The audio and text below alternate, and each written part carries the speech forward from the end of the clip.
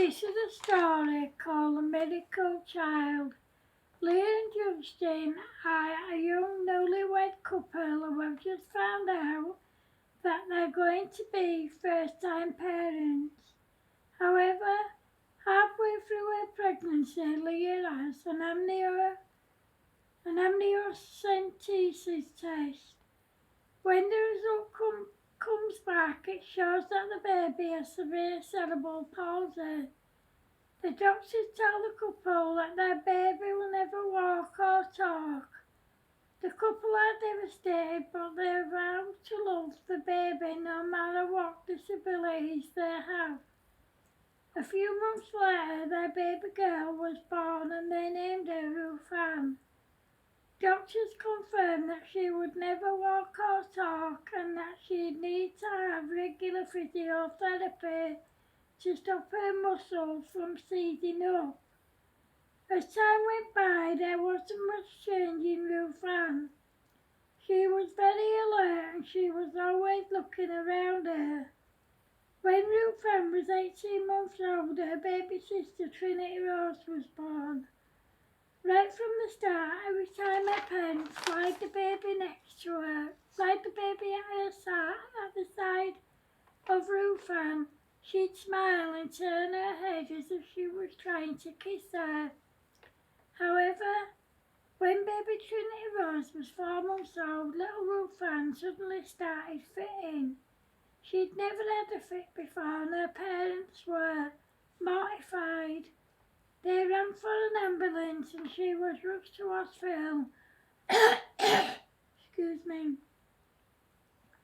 On arrival, she was put on life support and tests showed that she had a severe viral infection and meningitis.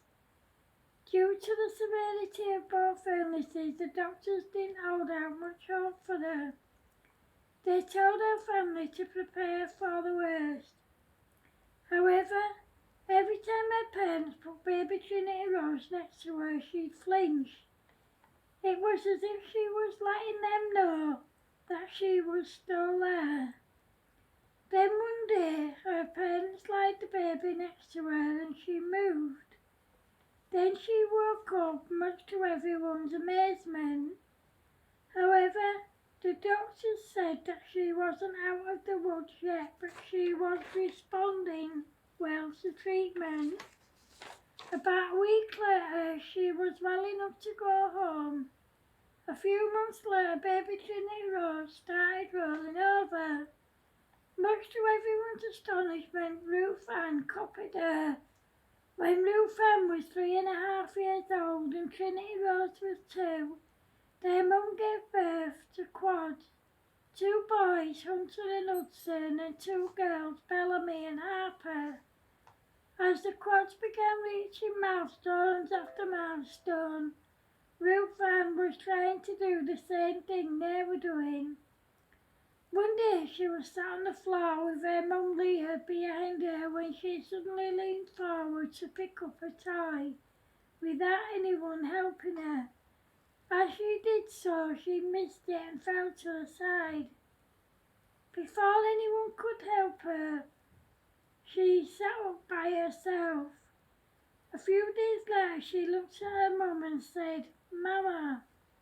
As you can imagine, her mum Leah was quite emotional. As time went by, she started saying more words and she was almost talking in full sentences. On her 5th birthday, she crawled across to the sofa, pulled herself up and walked along it. Her parents, Leah and Justin, were watching her in astonishment. Just after her 5th birthday, she started attending the local special school. However, one day the staff noticed that she wasn't herself. When they took her temperature, it was sky high, so they rang her parents and they picked her up. That night, she became quite ill, so her parents rang for an ambulance. When they arrived at the hospital, the doctors said she had another viral infection. Doctors kept her in hospital overnight, but the next day she was allowed to go home. A few days later she went back to school. One day she came home from school, pulled herself up on the sofa, walked to the end, let go and walked across the living room saying, "Mummy, Daddy, I walk, I walk." "That's right, baby girl, you walked," said Leah. "I clever, Mummy." "Yes, you're a very clever girl." A few days later, Ruth Ann walked at school for the first time, turning the staff into emotional wrecks. That day she walked over to the book corner, picked up some word cards and read what was on each one. The staff couldn't believe it. About a week later she picked up a book and read it all the way through without stopping. Of course she did get stuck on a few words, but she still did really well.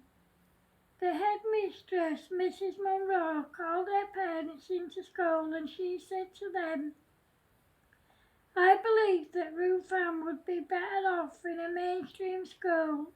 She's quite bright and she's now doing everything she should be doing at her age. There's no point in her being in a special school where she'll be held back. Most of the children in this school will never read or write. They'll never be able to live independently or go out into the world and have a career. They'll always need constant care for the rest of their lives. Ruth Ann's different.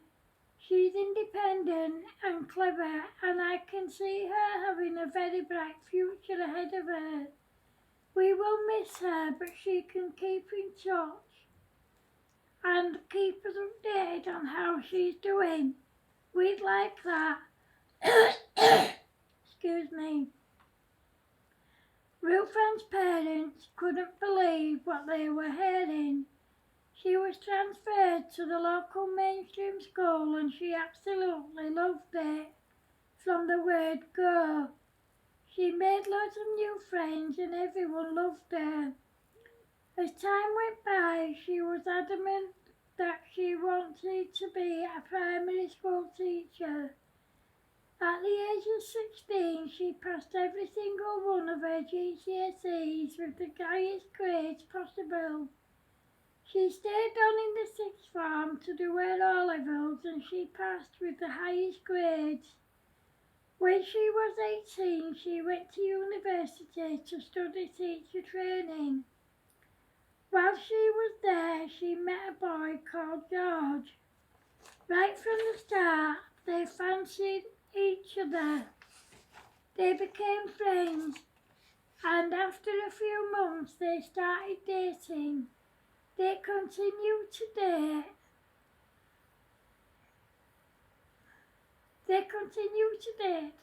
Throughout their time at university. They both finished their degree with the highest grades possible. Ruth Ann got her first teaching job in the primary school that she attended. George got his first teaching job in the local high school. By this time, they'd been living together for 6 months. After they'd been together for 4 years, they finally got married. A year later, they welcomed their twin girls, Jersey and Mila, into the world. Ruth Ann's dad said to her, "Well, look at you, my miracle child." Excuse me. "We were told that you'd never walk or talk and that you'd need 24-hour care for the whole of your life. Look at you. You certainly proved everyone wrong, especially the doctors. You attended a special school for 2 months and then you transferred to a mainstream school where you now work. You got top marks in every single piece of work you did and in every exam you took. You're working in your dream job, the one thing that you always wanted to do. You're a beautiful miracle child with 2 miracle children of your own. We never thought we'd see this day ever. You make us proud every day as a family and as your parents. You've touched the lives and the hearts of many, many, many people over the years, and I know you'll continue to do so. We are very, very proud of you, and we are very proud to be your parents. We love you, our sweet, miracle, beautiful, beautiful baby girl. Keep doing what you do. Keep smiling. And most importantly, just keep being you, baby girl. We love you with all our hearts. Oh, Dad, I love you too.